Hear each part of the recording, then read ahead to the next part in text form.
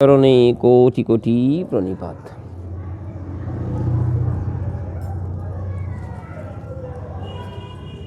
মণ্ডলীর শ্রীচরণে কোটি কোটি প্রণিপাত। শ্রীগীতার নবম অধ্যায়, ভগবৎ কৃপায় শ্রী ভগবানের মুখনিসৃত অদ্ভুত যে কথা, সেটি শ্রীগীতা নামে কথিত। জগতের প্রত্যেকটি জীবের হিতার্থে শ্রীগীতার অবতরণ। ভগবান যখন অবতরণ করেন তার সাক্ষাৎ দর্শন সকলের মঙ্গল নিয়ে আসে।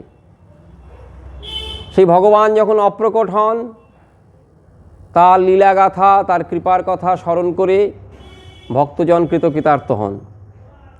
ভগবানের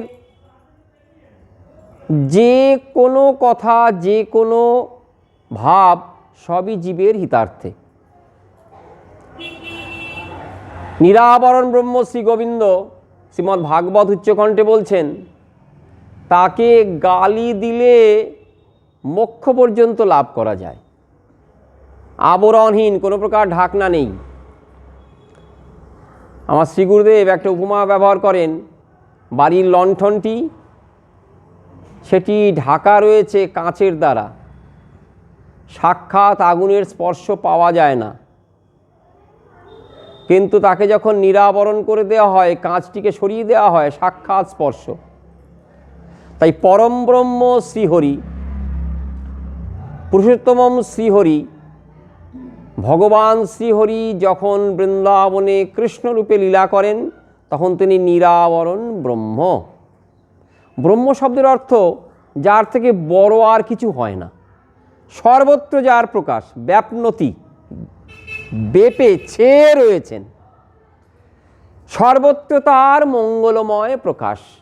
তাই কৃষ্ণ ব্রহ্ম একই অর্থ উৎপাদক। ভক্ত কৃষ্ণ নামের মাধুর্য আস্বাদন করেন বলে এই অতি প্রিয় নামটিকে ব্যবহার করেন। তা সেই ভগবান যখনই যেভাবে আসেন, জগতের প্রত্যেকটি জীবকে কৃপা করেন। তা তার শ্রীমুখের কথা স্বাভাবিকভাবেই কৃপা নিয়ে আসবে। শাস্ত্রকর্তা ব্যাসদেব বললেন, যা স্বয়ং পদ্মনাভ মুখ বিনিসৃতা। নিশ্চিত শব্দের অর্থ এই নিষ্কামন, বেরিয়ে আসা। এটি বললেও কিন্তু হতো, কিন্তু বিশেষ রূপে। এ যেন আমার আপনার জগৎবাসী সকলের তৃষ্ণা নিবারণ করছেন। যে সে জল নয়, অতি উপাদেয় উৎকৃষ্ট জল। সেই জল সকলের কাছে পৌঁছে দেবার দায়িত্বটি কে নিয়েছেন? স্বয়ং ভগবান।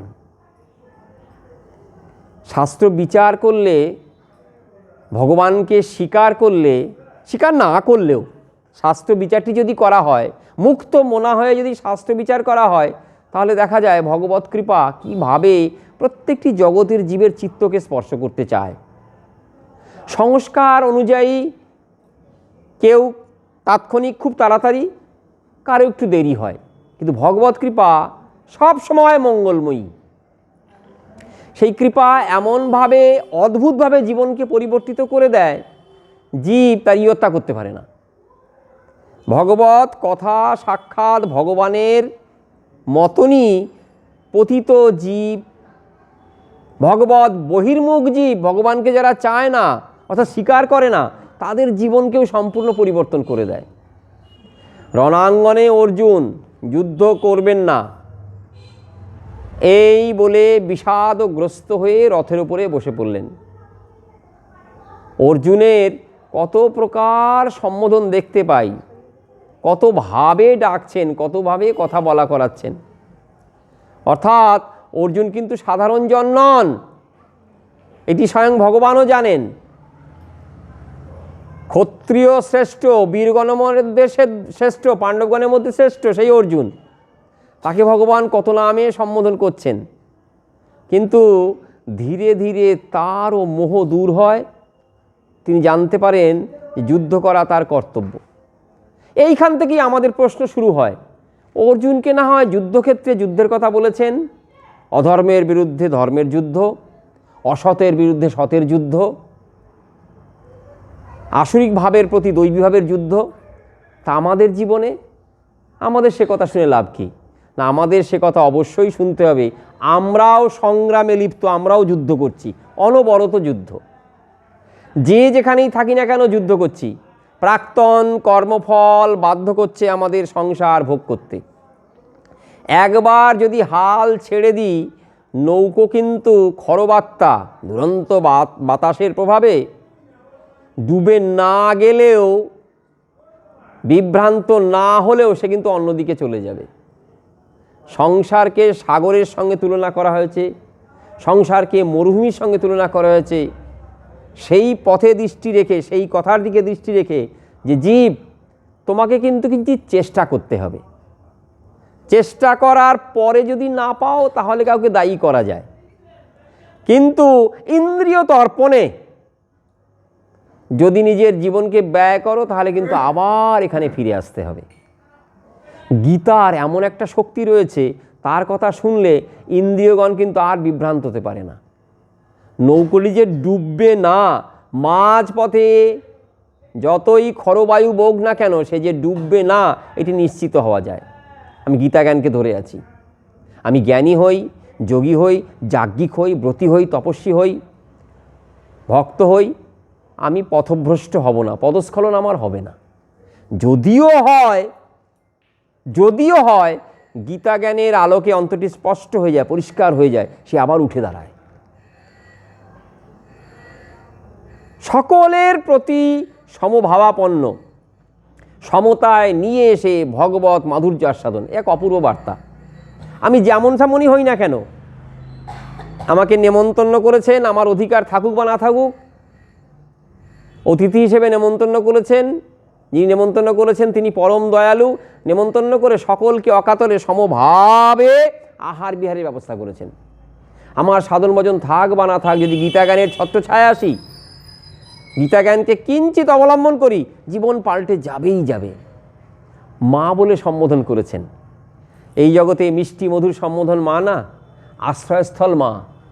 শত বিপদ, নিজের বিপদ, পারিপার্শ্বিক বিপদ সব উপেক্ষা করে মা কী করেন? সন্তানকে আগলে রাখেন, রক্ষা করেন। সর্বতভাবে মা তার সন্তানকে রক্ষা করেন। এই জন্যই গীতাকে মা বলে সম্বোধন। সত্য সত্যই গীতা কিন্তু রক্ষা করেন। এই নবম অধ্যায়ে দেখি ভগবান ভক্তের জন্য একেবারে অকাতরে ভক্তিকথা দান করছেন। কি? তোমার সঙ্গে আমার সঙ্গে এক অপূর্ব সম্পর্ক সৃষ্টি হয়েছে। জ্ঞানী এবং ভক্ত, যোগী এবং ভক্ত, যাজ্ঞিক এবং ভক্ত থেকে যে পার্থক্য মূল, সেটি হলো ভগবানের সঙ্গে আমার সঙ্গে একটা পার্থক্য রয়েছে।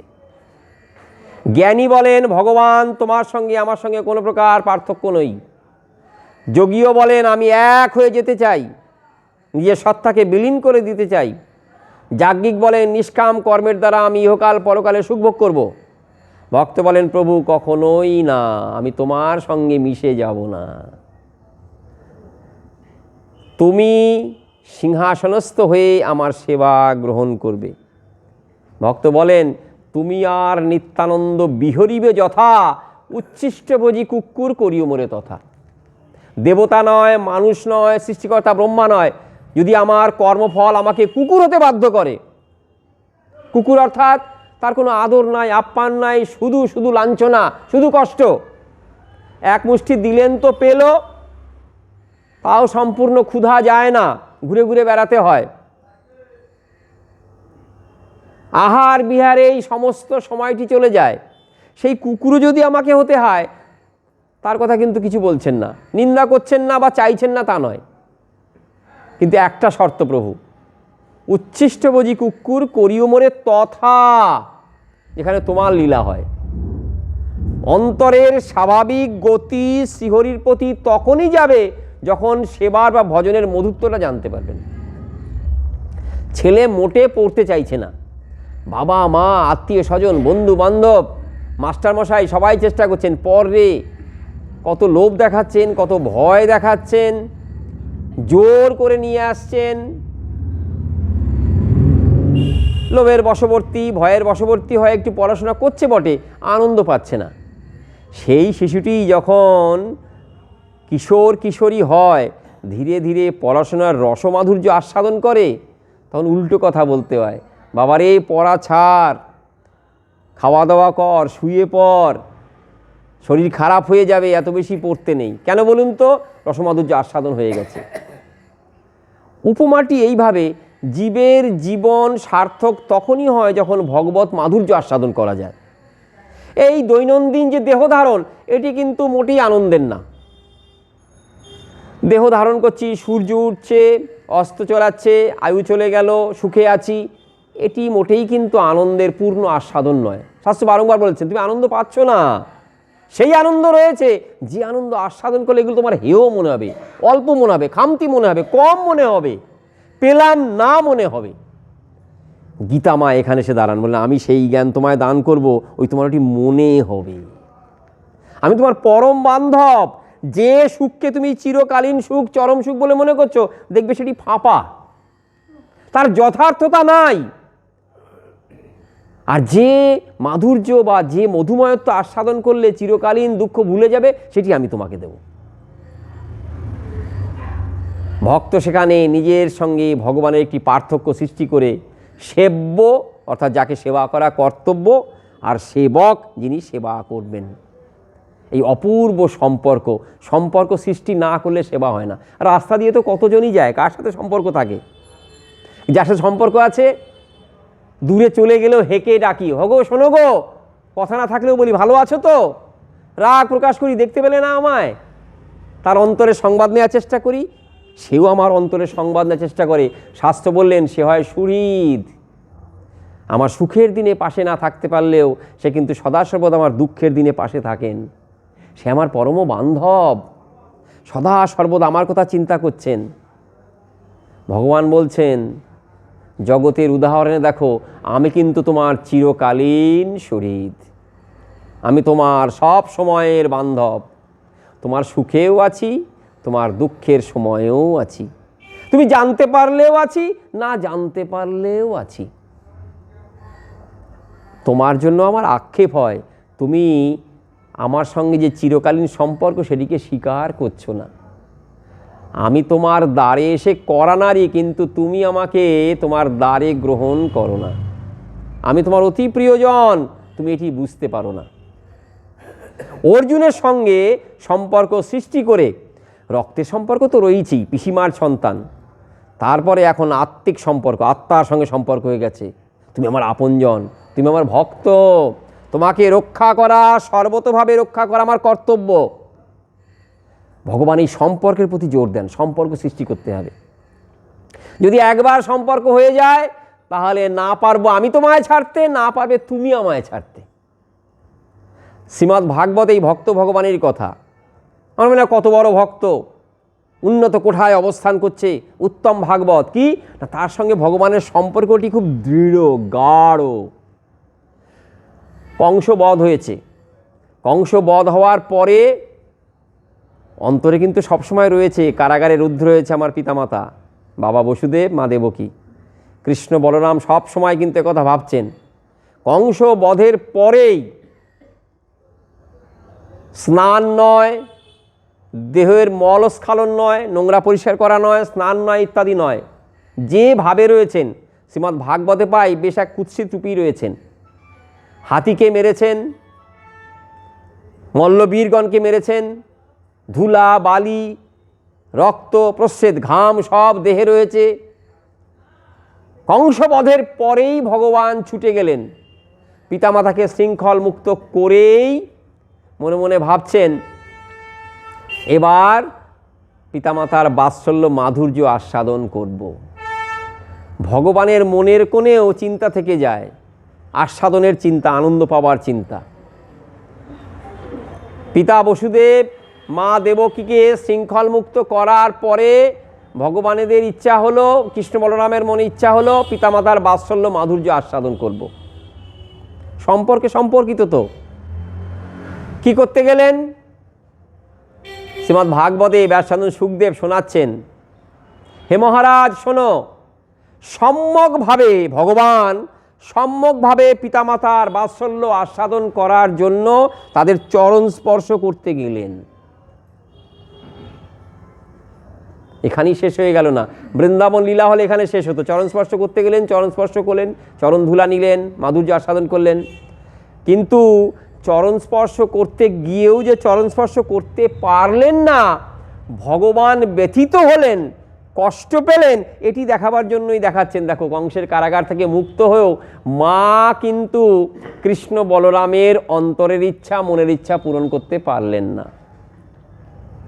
শুধু প্রণাম গ্রহণে অনাগ্রহী নয়, না না তোমাদের প্রণাম নেব না, এই ভাবটি নয়, মুখে বলছেন তোমাদের প্রণাম নিতে পারি, তোমরা সাক্ষাৎ ভগবান, কংসকে বধ সাধন করার মতন কেউ নেই, তোমরা বধ সাধন করেছ।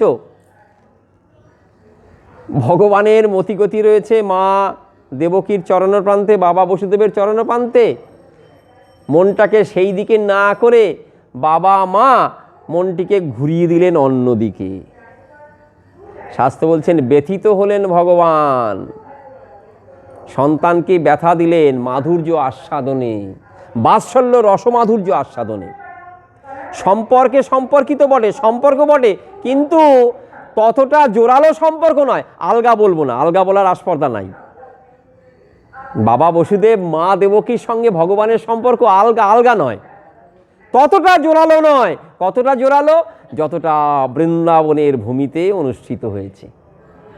ভগবান যে সম্পর্কের প্রতি জোর দেন, এটি দেখাবার জন্য এই নানান লীলাগুলোকে আনা হয়েছে। বৃন্দাবনের সম্পর্ক বললেন একেবারে আত্মস্থ, আপন অন্তর্জাত সন্তান।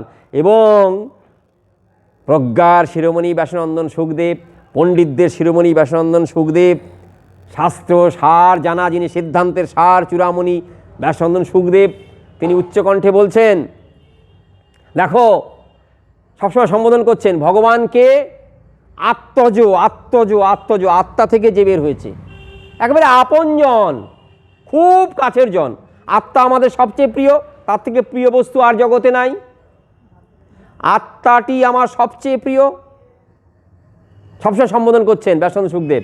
এবার সিদ্ধান্তের শিরোমণি হয়ে ভগবানকে তার আত্মজ, আত্মা থেকে নির্গত, আত্মার সঙ্গে সম্পর্কিত। তা মা যশোদার সঙ্গে এই যে দৃঢ় সম্পর্ক, কতটা দৃঢ় জীব হত্যা করতে পারে না, মাপতে পারে না। তুলনা করে বুঝতে পারে যে অন্যান্য স্থানের যে সম্পর্ক বা তার যে দৃঢ়তা, তার থেকে অধিক অধিক অধিক অধিক দৃঢ় সম্পর্ক হলো বৃন্দাবনের ভূমিতে। যেমন সেখানে রক্তপত্র অগণিত সেবকের নাম পাই, ভক্তি রসামৃত সিন্ধুতে উজ্জ্বল নির্মিত অগণিত সেবকের নাম পাই, প্রধান রক্তপত্র। তাদের সঙ্গে ভগবানের সম্পর্ক প্রাণ ঢালা ভালোবাসার সম্পর্ক।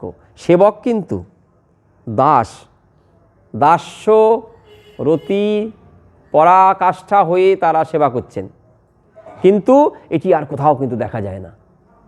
সখাগণ, এই অর্জুনও তো সখা, অর্জুনকে এতবার আশ্বস্ত করা, সম্পর্কে সম্পর্কিত করা, তুমি আমার আপন প্রিয় কাছের, বলার পরেও দেখব বিশ্বরূপী দেখে সখ্যরস শুষ্ক হয়ে গেল, শুকিয়ে গেল। যে বস্তুটির প্রয়োজন সেটি যদি না পাই তখন কি বলি? শুকিয়ে গেল। দুর্দিনে তুমি আমার পাশে থাকলে না, তোমার মনের ভালোবাসা শুকনো, বুঝেছি বুঝেছি। তা বিশ্বরূপ দর্শন করে অর্জুনের সখ্য ভাব, বন্ধুত্ব ভাব উবে গেল, উড়ে চলে গেল। এতটাই ভয় পেয়েছেন, সম্বোধন পাল্টে যাচ্ছে। এতটাই ভীত, সন্ত্রস্ত এবং মূঢ় হয়ে গেছেন, মুখটি ম্লান হয়ে গেছে, কি সম্বোধন করবেন খুঁজে পাচ্ছেন না। কিন্তু ব্রজের সখারা অভিন্ন মনন, একেবারে তোমার মন আমার মন, তুমি আমি সম। আবার আঙুল তুলে বলছে তুমি কোন বড় লোক, তারা কি জানেন না গো? নন্দবাবা সন্তান, নন্দবাবা রাজা, রাজার একমাত্র সন্তান সবেধন নীলমণি এই নন্দনন্দন, তাকে বলছেন তুমি কোন বড় লোক। গোপাল কোনো প্রত্যুত্তর করেনি, শুনে কি চুপ থেকেছেন? সে বলেছে দেখ তোরা সাধারণ গোপের ছেলে, আমি নন্দবাবার ছেলে, তাতেও তারা প্রত্যুত্তর করছে, হয়েছেটা কি? সংকল্প যা করেছো, খেলার যা পণ হয়েছে তার কথা মান্যতা করতে হবে। আমরাও তোমাকে স্কন্ধে কাঁধে বহন করে ওইখানে নিয়ে গেছি, আমাদেরকেও নিতে হবে। সমান আমরা, যে খেলার সাথী তুমি, সেই খেলাকে সম্পন্ন করতে হবে। এখন সখাগণ যদি ভয়ে পেয়ে যেত, সংকুচিত হতো, গোবিন্দের মাধুর্য আস্বাদন হতো না। তালে তাল দিতে হবে। তালে যদি বেতাল হয়, সুর জমলেও আসর জমে না। কীর্তনিয়ারা জানেন তো, সবসময় সতর্ক থাকে। কি বলুন তো? ওই দোহারি যদি দুই দুই করে, যতই মধুর আওয়াজ বেরোক না কেন, তত্ত্বকথা থাকুক না কেন, মন ভেঙে যাবে, আসর তছনছ হয়ে যাবে। বেতালে চললে কিন্তু মাধুর্য আস্বাদন তো হবেই না, আসর লণ্ডভণ্ড হয়ে যাবে। তো গোবিন্দ আজ শাস্ত্রটাকে কতভাবে সম্বোধন করেছেন। মাধুর্যের চূড়ামণি আজ বৃন্দাবনে এসেছেন। বৈকুণ্ঠে নাহি যে যে লীলারও প্রচার, সেই সব করিব মোর সে অবিচার। আমার ইচ্ছা বৈকুণ্ঠে যে যে লীলা নাই, সেসব বৃন্দাবনে আস্বাদিত হবে। সখাগণ যদি কখনো ভীত সন্ত্রস্ত হয়, বৃন্দাবনের সখারা যদি ভীত সন্ত্রস্ত হয়, তাহলে কিন্তু মাধুর্য আস্বাদনে ব্যাহত শুধু হবে না, খেলা ভেঙে যাবে। গোবিন্দ সেবার উপকরণ এই সখাগণের ক্রূরতা, দৃঢ়তা, এই মনোভাব, তুমি আমি সম, গোবিন্দটি আস্বাদন করবেন। পিতামাতা, মা যশোদা একেবারে পাল্য পালক সম্পর্ক। আমার পেটের সন্তান, আমি যেটি বলবো সেটি তোমাকে শুনতে হবে। না শুনলে কি হবে? তোমার কষ্ট হবে, তোমার কষ্ট আমার কষ্ট, আমি আমার কষ্ট সহ্য করতে পারবো না। মায়ের তো কত দাসদাসী, বারংবার কথাগুলো শুনেছেন, মায়ের কত দাসদাসী। মাকে তো কোনো কর্মই করতে হয় না, মাকে কোনো কর্ম করতে হয় না, কিন্তু মা সেই ব্রাহ্ম মুহূর্তে শয্যা ত্যাগ করেন, স্নানাদি করে নারায়ণ সেবা করেই লেগে যান গোপালের জন্য। নবলক্ষ ধেনু কথিত আছে, নবলক্ষ ধেনু, তার মধ্যে বিশেষ কটি গাভী, পদ্মগন্ধা গাভী, তাদের দেহের গন্ধ পদ্ম, দুধের গন্ধ পদ্ম, স্বহস্তে দহন করেন, নিজে নিজে দহন করেন। সেই দুধ নিজে নিজে এসে গোপালের জন্য বিশেষ খাবার তৈরি করেন। যদি বিশেষ খাবার না করেন, তাহলে দেখুন অনেক লীলা আমরা পাই না। চাকর বাকরের দ্বারা যদি প্রস্তুত তৈয়ারি করা খাবার খাওয়ায়, তাহলে গোবিন্দের মুখ্য লীলা দামবন্ধন, সেটি পাই না। দামবন্ধন না পেলে যমল অর্জুন উদ্ধার হবে না। তো উদ্ধার না হলে আমাদের কি যায় আসে? শাস্ত্রকর্তা ব্যাসনন্দন সুখদেব মূর্খ নয়, পণ্ডিত শিরোমণি, সিদ্ধান্তের শিরোমণি, অনাগত কালের কাছে ভক্ত চূড়ামণি, তিনি কৃপা করছেন। বলছেন যমল অর্জুন লীলা যদি তোমরা না শুনতে পারো, দুর্ভাগ্যক্রমে যদি এই লীলা বৃন্দাবনে অনুষ্ঠিত না হয়, তাহলে তোমাদের ভালোবাসা কিভাবে গোপালকে দেবে জানতেই পারবে না। পতিত জীবের ক্ষমতা নাই শ্রী গোবিন্দের মাধুর্য আস্বাদন করার। সাধু কৃপায় শ্রী গোবিন্দ লভ্য কিভাবে হয়, এই দামবন্ধন লীলা, যমল অর্জুন ভঞ্জনের লীলা কথা আস্বাদন না করলে বুঝতেই পারবে না। তোমার মনে সেই সাহসী হবে না। বিশ্বব্রহ্মাণ্ডের অধিপতি জগন্নাথ, তাকে ভালোবাসার ডোরে বাঁধা যায়। প্রণয় অঙ্ঘ্রি রসনার দ্বারা আবদ্ধ। আগের দিন বলেছি, বৃন্দাবনের ভালোবাসা কি করে বেঁধে ফেলে। কোথায় বাঁধে বলুন তো? পায়ে বেঁধে ফেলে।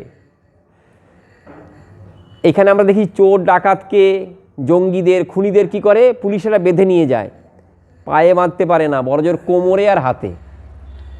তাও সম্ভ্রমে, ব্যথা যেন না লাগে, বাঁধনটি যেন দৃঢ় না হয়। চোর হও, ডাকাত হও, খুনি হও, বাটপার হও, বাঁধবে বটে, কিন্তু এমনভাবে নয় যেন চলাচল করতে পারবে না। ভাগবত বলছেন ভক্তের ভক্তি গোবিন্দকে বলে। কোথায় বাঁধে? পায়ে বাঁধে। কেন গো? না পায়ে বাঁধলে যেন আর কোথাও না যেতে পারে। অচ্যুত নামকে সার্থক করে দিয়ে শ্রীগোবিন্দ ভক্তের এই বন্ধন স্বীকার করেন, তাতে তার আনন্দ সর্বাধিক আনন্দের প্রকাশ। তাই সম্পর্কের দিকে ভগবান নজর দেন। হে জীব, যদি সম্পর্ক সৃষ্টি না করতে পারো, তাহলে তোমার সঙ্গে আমার যে অপূর্ব বাঁধন, যে লীলা মাধুর্য আস্বাদনের সুযোগ, তা থেকে বঞ্চিত হবে। কিন্তু সম্পর্ক সৃষ্টি করতে হবে। যেভাবেই তুমি আমাকে কামনা করো না কেন, সম্পর্কের কথা স্বীকার করে আমার সঙ্গে ভালোবাসার খেলায় আসো। ব্রজজন সম্পর্কের কথা মানেন না বটে, ভালোবাসাই প্রধান। সেই ভগবান ভালোবাসাটিকে গ্রহণ করে, সেই ভালোবাসা গ্রহণ করে সম্পর্ককে মর্যাদা দেন আমাদের শিক্ষার জন্য। ব্রজজন কখনোই মা কিন্তু কখনোই ভাবেন না আমি মা মা, তিনি কর্তব্যের কথা ভাবেন, আমি মা, আমার কর্তব্য তাকে সেবা করা। গোপাল যেন সুখী হয়।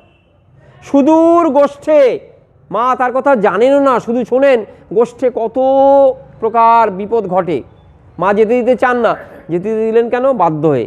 কখন বাধ্য হয়ে? ভালোবাসার কাছে পরাজিত হয়ে। গোপাল বলছেন, মা গো, সকালে এসে দ্বাদশ বনের এত গল্প করে, তুমি কি চাও না আমি ওই আনন্দ পাই? মা ভাবলেন, হায় হায়, ছেলেটি ঘরে থাকে, এ ঘর সে ঘর করে, সকালে সত্য সত্য সন্ধ্যেবেলা গল্প করে, বলাইও এসে গল্প করে, অনেক প্রকার সংকল্প, অনেক প্রকার শপথ বাক্য পাঠ করিয়ে সখাবৃন্দ, কখনো শ্রীদাম কখনো সুদাম, সর্বশেষে দাদা বলরামকে ধরে গোপালকে গোষ্ঠে পাঠান। গোপালকে গোষ্ঠে পাঠালেন বটে, কিন্তু মায়ের মনও যেন সঙ্গে সঙ্গে চলে যাচ্ছে। নিত্যদিনের খেলা, যাওয়ার পূর্বে শাস্ত্র বলেছে মায়ের যদি পায়ের ধুলো মাথায় নাও তাহলে বিপদ নাকি কাছে আসে না। তা বৃন্দাবনের পায়ে পায়ে বিপদ, তাই আমার পায়ের ধুলি যদি গোপালের মাথায় থাকে তাহলে ওকে বিপদ স্পর্শ করবে না। মা রোজ মাখিয়ে দেন। এতে বৈচিত্র্য আনতে হবে। হাত তোলা দেয়াতে আনন্দ নাই যদি চুরি করে না খেতে পারি। তা মা যে নিজেই নিজের পায়ের ধুলি দেন। বিশ্ব সংসারে সকল মাই সকল সন্তানের ভালো কামনা করে, মঙ্গল কামনা করে, কিন্তু আজ জগৎবাসীকে দেখাতে হবে আমার মা, তার চরণধুলি আর আমার সঙ্গে তার সম্পর্ক কত মূল্যবান, কত উচ্চে স্থাপিত।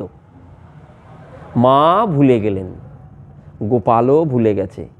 গোষ্ঠের পথে বহির্গমনে চলেছেন। সখাবৃন্দের সঙ্গে অপূর্ব ঢঙে সকলকে আমোদিত করতে করতে গোবৎস গাভীগণকে নিয়ে গোবিন্দ চলেছেন গোষ্ঠের পথে। রাধারানীর সঙ্গে দেখা হবে, কিন্তু তার আগেই ডাক, গোপাল গোপাল ফিরে চা, একবার একবার ফিরে তাকা আমার দিকে। মায়ের ডাক সঙ্গে সঙ্গে গোপালের হৃদকম্প সৃষ্টি করলো। মা কেন ডাকছেন? হৃদয়ে গিয়ে লাগলো। ফিরে এলেন গোপাল। মা হেঁটে আসছেন না, হেঁটে আসছেন না, গোশকটে গরুর গাড়িতে করে আসছেন। মা অশ্রু জলে বক্ষ প্লাবিত করে বলছে, গোপাল আমি না হয় ভুলে গেছি কাজের চাপে, তুই কি করে ভুললি রে? রোজই তো পায়ের ধুলি দিয়ে, আজ তো তোকে দি নাই। বলে, হ্যাঁ মা, আমিও ভুলে গেছি। মা সন্তানের মিলন নয়, এ মস্তকার চরণধুলির মিলন নয়, অনাগত কালের কাছে এক অপূর্ব সাক্ষী। আমি ভক্ত ডোরে কিভাবে বাধা পড়ি।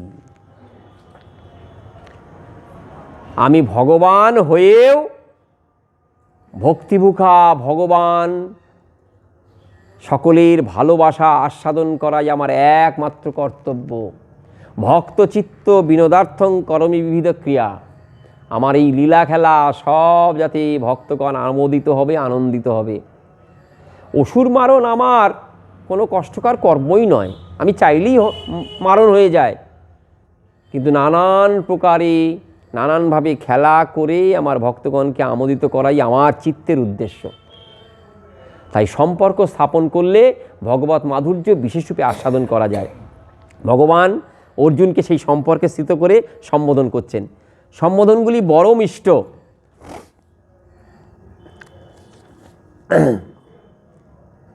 গতির ভর্তা প্রভু সাক্ষী নিবাস শরণং সুরিত প্রভব প্রলয় স্থানং নিধানং বীজমব্যয়ম। এই শ্লোকটির কিঞ্চিত আমরা আস্বাদন করেছি। তিনি বলছেন, আমি জগতের গতি, ভর্তারূপে গতি। জগৎ যখন বলেছেন সেখানে কিন্তু আর কেউ বাকি থাকে না। গীতার সিদ্ধান্ত সরল বটে, সঙ্গে সঙ্গে দৃঢ়। রাস্তাটি সোজা বটে কিন্তু দূরে।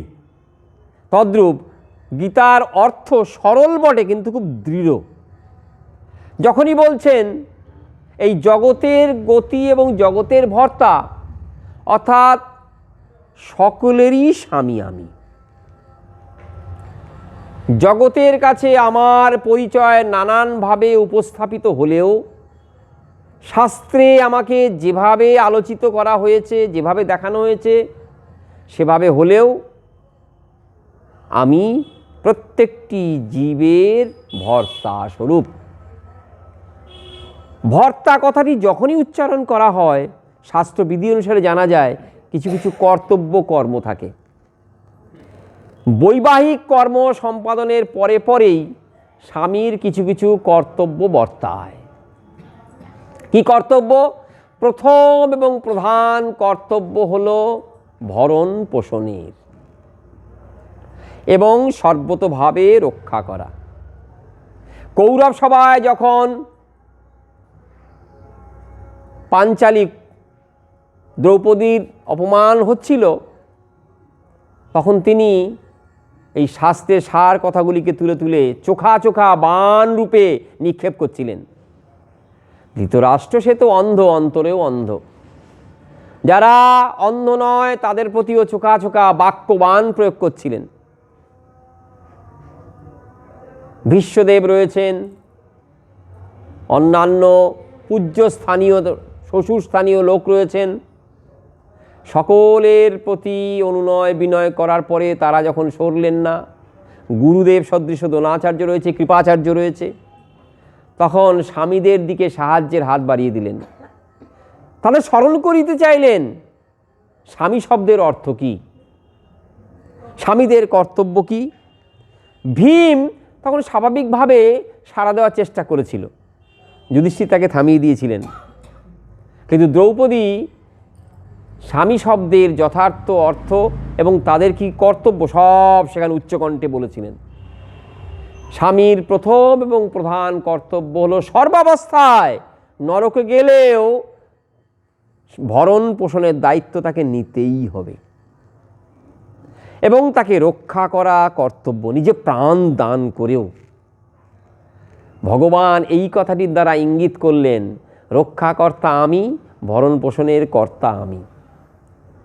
গীতার এমনই একটা ব্যঞ্জনা, একটা রহস্য, একটা শ্লোক বলে দেওয়ার পরে পরের শ্লোকগুলি সেই শ্লোকটির ব্যাখ্যা রূপে দেখা দেয়। এটি শাস্ত্রের স্বভাব, দৃঢ়তার জন্য। বলেন না, সাধুর স্বভাব দাঢ়্য লাগি পুছে বারবার। আপনি জানেন তবু আপনি জিজ্ঞাসা করছেন, দৃঢ়তার জন্য। এটি সাধুর স্বভাব। সাধু মৌন থাকবে কখন? কলহের ব্যাপারে, সিদ্ধান্তের ব্যাপারে। কিন্তু নিজ কর্ম যখন আসবে তখন তিনি বারবার জিজ্ঞাসা করবেন, কারণ দৃঢ়তার লাগি যে সঠিকভাবে করছি, কর্মটি করছি কিনা। যদি কখনো ভুল হয়ে যায় তাহলে অন্যান্য সাধু যারা আছেন তারা আমায় ঠিক করে দেবেন। তাই সাধুর স্বভাবই হলো দৃঢ়তার লাগি পুছে বারবার জিজ্ঞাসা করেন বারবার। তাই বারবার বলা এটি শাস্ত্রের একটি ধর্ম, যাতে জীবের অন্তরে গ্রথিত হয়ে যায়, দৃঢ়রূপে অন্তরে বসে যায়, আর না সরে যায়। তাই একটা শ্লোক পরিপূরক রূপে অন্যান্য শ্লোকগুলিকে পাই তার ব্যাখ্যা রূপে পাই। যখনই ভগবান বললেন গতির ভর্তা প্রভু সাক্ষী, তখনই অন্যান্য শ্লোকগুলি তার ব্যাখ্যা রূপে দেখা দিল। কোথায়? যেখানে দেখব অনন্যয় চিন্তান্ত মাংজেন পরপাশতে তেষাং নিত্যাভিযুক্তানাং যোগক্ষেমং বহাম্যহম। এই গতির ভর্তা শ্লোকটির যে অংশ, শ্লোকের যেই অংশ, তারই ব্যাখ্যা ওইখানে।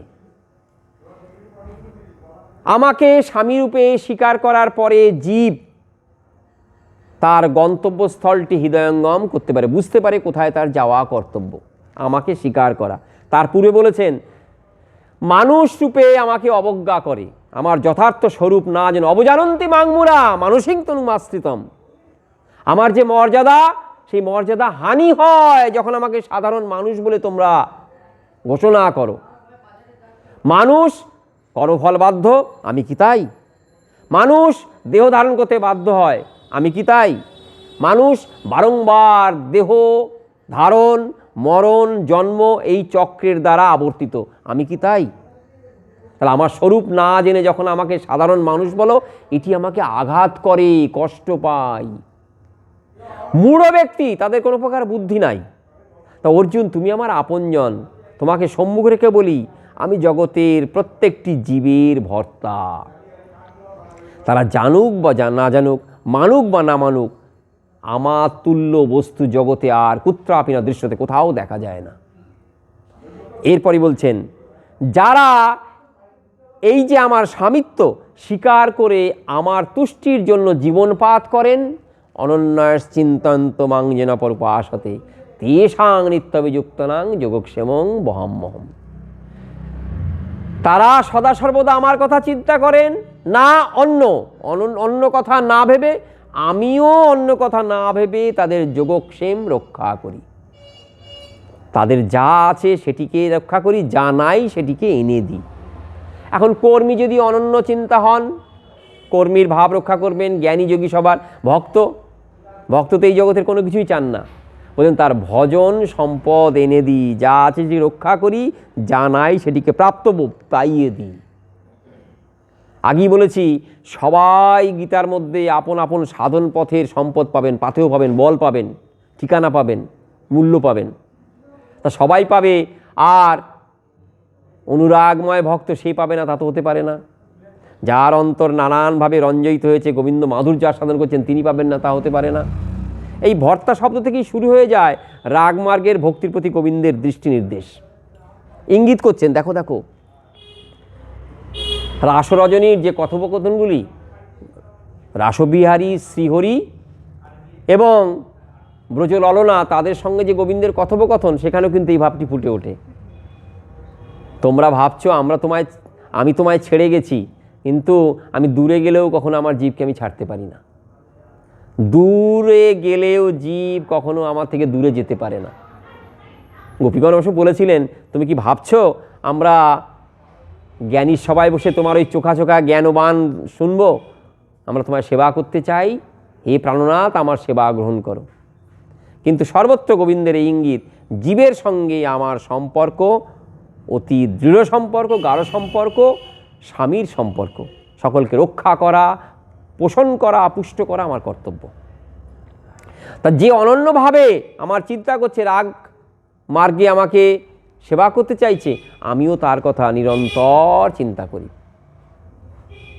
একটা গল্প, একটা আখ্যান আছে আমরা পাই, যদিও এটি রাগমার্গের নয়, ঐশ্বর্য মিশ্রিত রাগমার্গ, ঐশ্বর্য মিশ্রিত ভালোবাসা, অর্জুন মিশ্রের কাহিনী। অর্জুন মিশ্র পণ্ডিত ব্যক্তি বটে, ভিক্ষার দ্বারাই জীবনযাপন করেন বটে, কিন্তু গোবিন্দের শ্রীগীতাতে তার কিছু সন্দেহ উৎপাদিত হয়েছে। যোগক্ষেমং বহাম্যহম অর্থটি করলে হয়, আমি নিজে বহন করে দিই। অন্য কিছু না ভেবে যে ভক্ত সদা সর্বদা আমানিষ্ঠ, তার নিষ্ঠা আমাতেই, বই অন্য কিছু জানে না, তার যোগক্ষেম আমি বহন করে দিই। ঐশ্বর্য মার্গের ভক্ত তিনি কল্পনা করলেন, শ্রী গোবিন্দ জগৎবিহারী তিনি কি আহার দাসের মতন ভক্তের দ্বারে গিয়ে তার যোগক্ষেম বহন করে দেবেন? বইয়ে দিই, অন্য কাউকে দিয়ে বইয়ে দিই। গীতার অঙ্গে আঘাত করলেন, লেখনীর আঘাত, কলমের মোচড় দিলেন। তিনি ভাবলেন এটি বোধহয় এই অর্থ করলেই ঠিক হবে।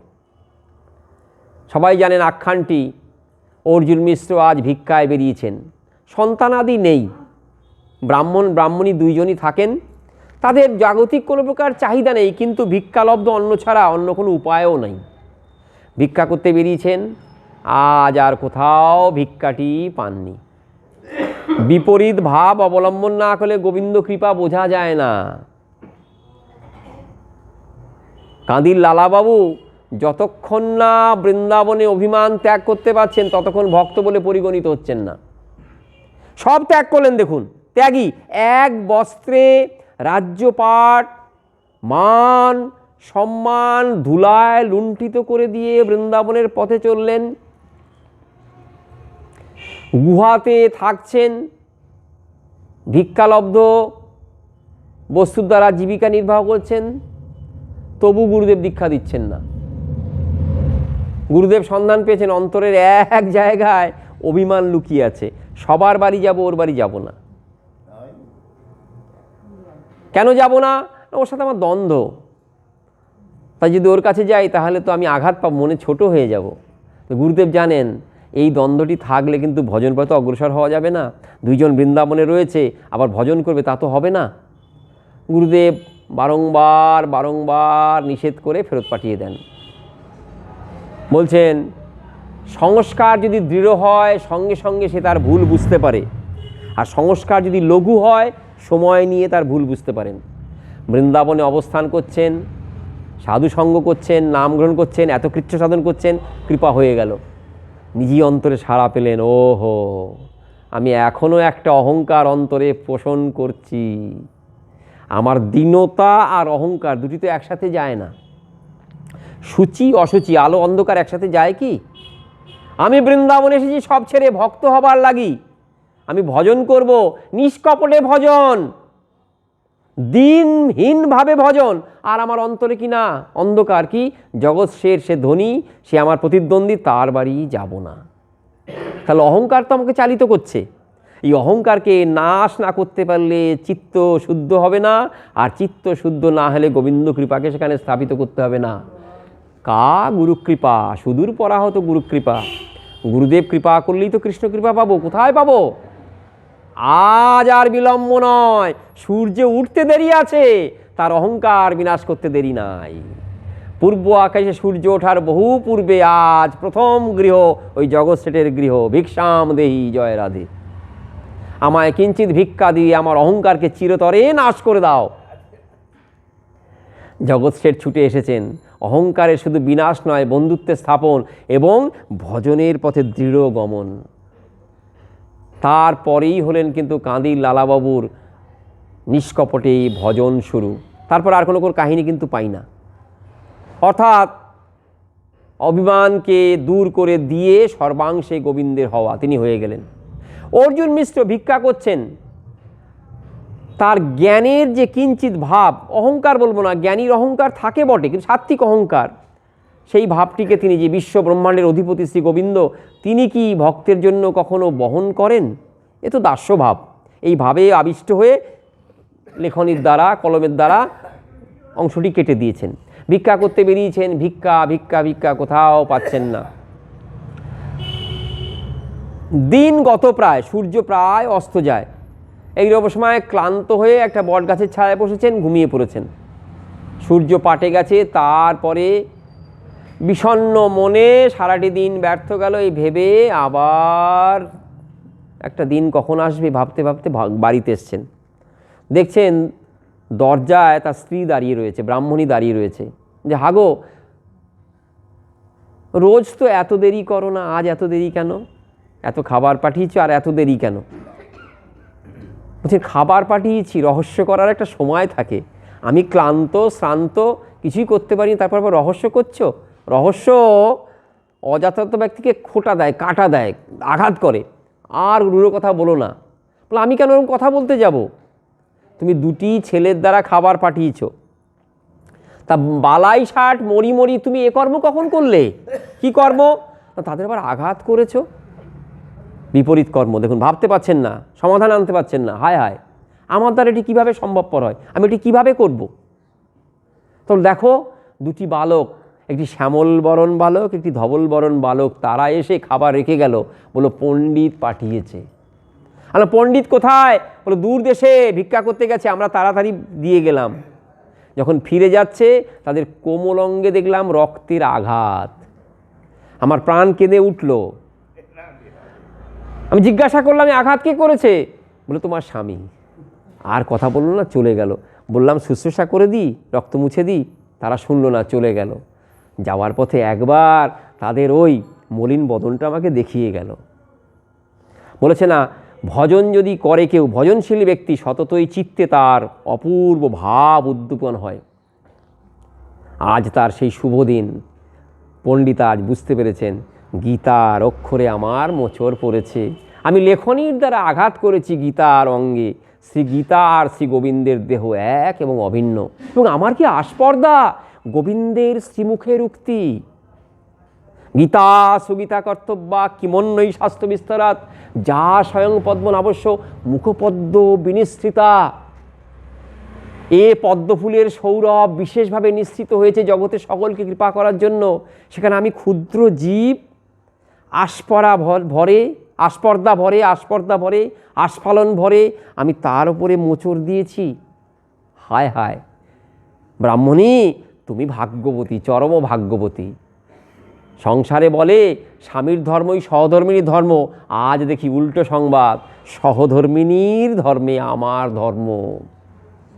প্রসাদ গ্রহণ করছেন আর করাঘাত করছেন যে গীতার অর্থ যথার্থ রূপে বিনিশ্চিতা, বিশেষ রূপে জগতের মঙ্গল সাধন করার জন্যই আবির্ভূত হয়েছেন।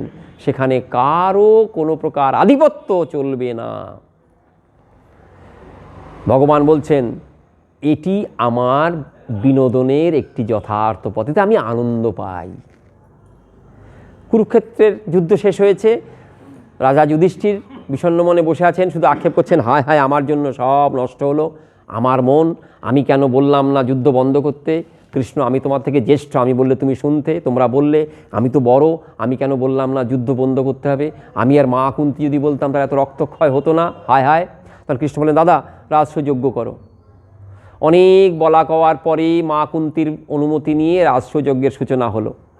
রাজসযজ্ঞের প্রারম্ভে এবার কর্মনির্দিষ্ট কি কি হবে, দ্বিতীয় রাজসযজ্ঞ। তখন আর দুর্যোধনাদি তারা নেই।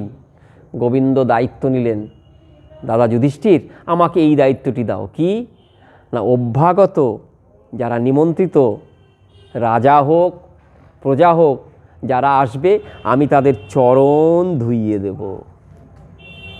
এই দায়িত্বটি আর কাউকে দিও না, আমাকে দিও। নন্দনন্দন তিনি বলছেন, দাদা গো, কৃপা করে অভ্যাগত অতিথিদের চরণ ধুইয়ে দেওয়ার দায়িত্ব দিও। গোবিন্দ, যারা অনন্যাস চিন্তায়ন্ত সাধু ভক্ত তাদের চরণ ধুয়ে দিও। যারা রাজ ভয়ে রাজ রোষে আসছে যুধিষ্ঠিরের কাছে, যারা বর্ষতা স্বীকার করে আসছে, ভয়ে ভক্তি করছে, তাদেরও চরণ ধুইয়ে দেবে। বলবে আজকে দাদা যুধিষ্ঠিরের রাজসযজ্ঞ, সেখানে সবাই আমন্ত্রিত, আর আমি সকলের চরণ ধুইয়ে দেব। এতে আমার চিত্তের আনন্দ উৎপাদন হবে। গীতা সেই আনন্দের দিকে ইঙ্গিত করে, জগতের জীবকে পরমানন্দ আস্বাদনের এক অপূর্ব বার্তা শোনায়। রাগ মার্গের ভক্ত অপূর্ব আনন্দ আস্বাদন করে ভজনানন্দে বিভোর হয়ে যান। অপরাধের কোনো প্রকার ভয় থাকে না। হে প্রভু গো, তোমার কৃপায় আমার চিত্তের যে লুক্কায়িত সম্পদ তা তুমি বিশেষরূপে আস্বাদন করো, আমাকে চিরতরে তোমার চরণ সেবায় বিলীন করে নাও। রঘুনাথ দাস গোস্বামী কুণ্ড তীরে কাঁদছেন। আমার গুরুদেব বলেন না, একবার জাবট পানে একবার বর্ষান পানে চেয়ে কাঁদে সাক্ষাৎ সেবা লাগি। ভগবান বলছেন এই ভাব অবলম্বন করে আমার সাক্ষাৎ সেবা পাবে। অনন্যয়ের চিন্তয়ন্ত মাং পর্ব আসাতেই তেষাং নিত্যবিযুক্তানাং যোগক্ষেমং বহাম্যহম। তোমার কি করণীয় সেটা বলি, আর আমার কি করণীয় আমি সেটি বলবো না? আমি তো অকৃপণ, আমি তো কৃপণ নই, আমি দাতা শিরোমণি। তুমি গ্রহিতা হবে আর আমি দাতা শিরোমণি হব না, তা তো হবে না। আমার কি কর্তব্য সেটি আমি যোগক্ষেমং বহাম্যহম। জগাই মাধাই উদ্ধার হবে আর তার ভরণ পোষণের দায়িত্ব নিতাই চাঁদ দেবে না, তা তো হয় না। জগাই মাধাই উদ্ধার হওয়ার পরে অন্ন জল সব ত্যাগ করেছেন। কি করব, কৃতকর্তব্য সব শুনেছেন। একবার গঙ্গার ঘাট পরিষ্কার করে, একবার বৈষ্ণবগণে সাহায্য করে, কখনো ফুল তুলে দেয়, তাদের সাজি বয়ে দেয়, ধুতি ধুয়ে দেয়, আর চরণে বারংবার ভুয়ো লুণ্ঠিত হয়ে প্রণাম করে। আহার নিদ্রা সব ত্যাগ করেছেন। হায় হায়, ভগবানের অঙ্গে আঘাত করেছি, এই মাধুর্য পূর্বে বুঝি নাই। নিতাই তাদের সে আশ্বস্ত করছেন, হাগো কিছুই নয়। সন্তান যদি পিতা মাতার অঙ্গে আঘাত করে, সে আঘাতকে পিতামাতা আঘাত বলে মনে করেন না।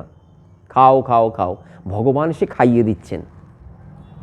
আহার পানীয় বারংবার বারংবার বারংবার। চৈতন্য ভাগবতে কি অপূর্ব মিষ্ট লীলা পাই, যেখানে দেখি নিতাই চাঁদ তাদের আশ্বস্ত করছেন, তোমাদের কোনো অপরাধ নয়, তোমরা আমার আপনজন। ওই আঘাত বড় মৃদু আঘাত, ওই আঘাত বড় আস্বাদনীয় আঘাত, ওই আঘাত নয়, তোমরা আমার আপনজন। সম্পর্কের দিকে তাদের দৃষ্টি ছিল না। ভগবান কৃপা করে সেই সম্পর্ককে জাগিয়ে দিলেন। স্মৃতি জাগিয়ে দিলেন, তোমরা আমার চিরকালীন আপনজন, তোমাদের সঙ্গে আমার চিরকালীন সম্পর্ক। গীতাও সেই সংবাদ দেন, বিশেষ রূপে জগতের জীবের চিত্ত যেন মলিন হোক অমলিন হোক, সকলে আমার এই সভায় আসতে পারে, এই বাণী গীতা দেন। ভেদভাব সব দূর হয়ে যাক, মলিনতা সব দূর হয়ে যাক, অন্তরের ওই মধু আস্বাদন করার জন্যই আমার ইচ্ছা। হে জগতের জীব, গীতা অমৃত আস্বাদন করলে সেটি সুযোগ আসবে, আমি কৃতকৃতার্থ হব। গোবিন্দের এই বাণী শ্রীগীতাতে ভেসে ওঠে। আজ সকলের চরণে কোটি কোটি প্রণাম নিবেদন করে ক্ষুদ্র ভাগবতী কথা এখানেই বিশ্রাম দিই। নিতাই গৌর সীতানাথ প্রেমানন্দে হরি বল। জয় জয় রাধে কৃষ্ণ গোবিন্দ, জয় জয় রাধে কৃষ্ণ রাধে গোবিন্দ, রাধে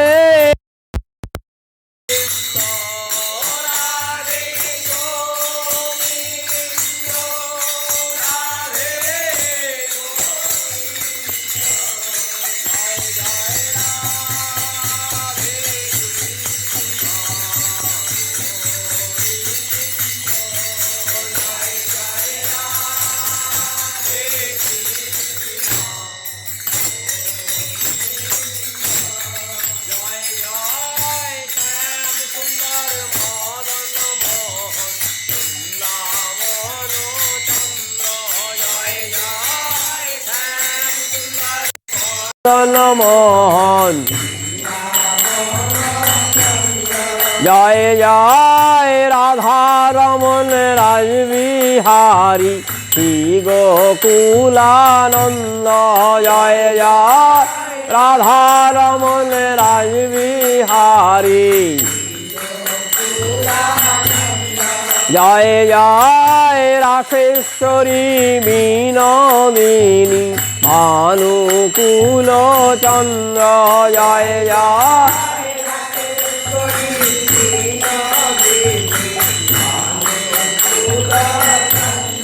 জয় জয় ললিতা বিশাখায়াদি যত সখী বৃন্দ, জয় জয়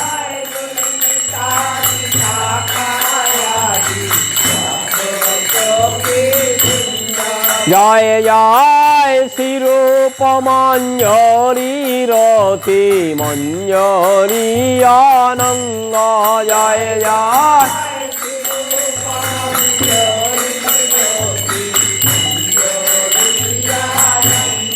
জয় জয় কাত্যায়নী পৌর্ণমাসী জয় বীরা বৃন্দ, জয় জয় কাত্যায়নী পৌর্ণমাসী, তোমরা সবে মিলে করো কৃপায় আমি অতি মন্দ, তোমরা সবে মিলে করো কৃপা, তোমরা কৃপা করে দাও হে যুগল চরণারবিন্দ, তোমরা কৃপা করে দাও হে যুগল, যেন আকুল প্রাণে গাইতে পারি জয় রাধে গোবিন্দ, যেন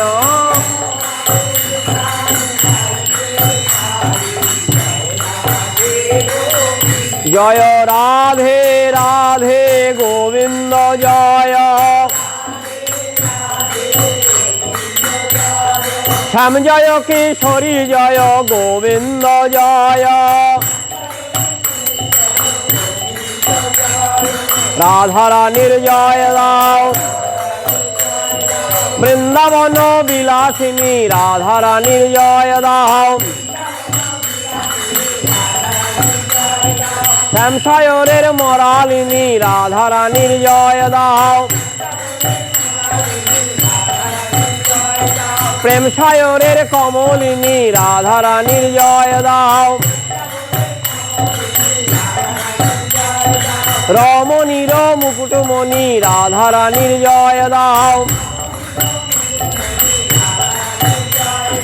কৃষ্ণ ভক্তি প্রদায়িনী রাধা রানীর জয় দাও, মাধুর্য কাদম্বিনী রাধা রানীর জয় দাও, অপার করুণাময়ী রাধা রানীর জয় দাও, বলে প্রাণ ভরে জয় দাও, বলে প্রেমানন্দে বাহু তুলে প্রাণ ভরে জয় দাও। জয় রাধে জয় রাধে জয় রাধে জয় রাধে জয় রাধে জয় রাধে জয় রাধে জয় রাধে।